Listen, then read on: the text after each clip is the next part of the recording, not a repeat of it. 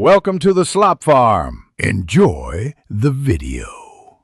In this video, I will explain how to make a popsicle gate. First, gather your materials. You'll need about 100 to 150 popsicle sticks, depending on your desired gate size.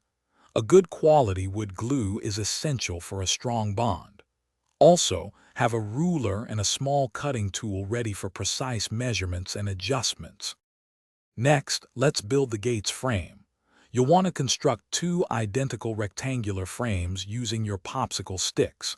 These frames will form the top and bottom supports of your gate. Make sure they are perfectly square before applying glue. Use clamps or heavy objects to hold them firmly in place while the glue sets completely. Now it's time to add the vertical slats.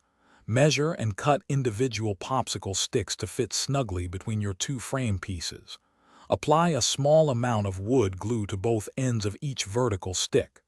Carefully place them into position, ensuring they are evenly spaced across the entire width of your gate.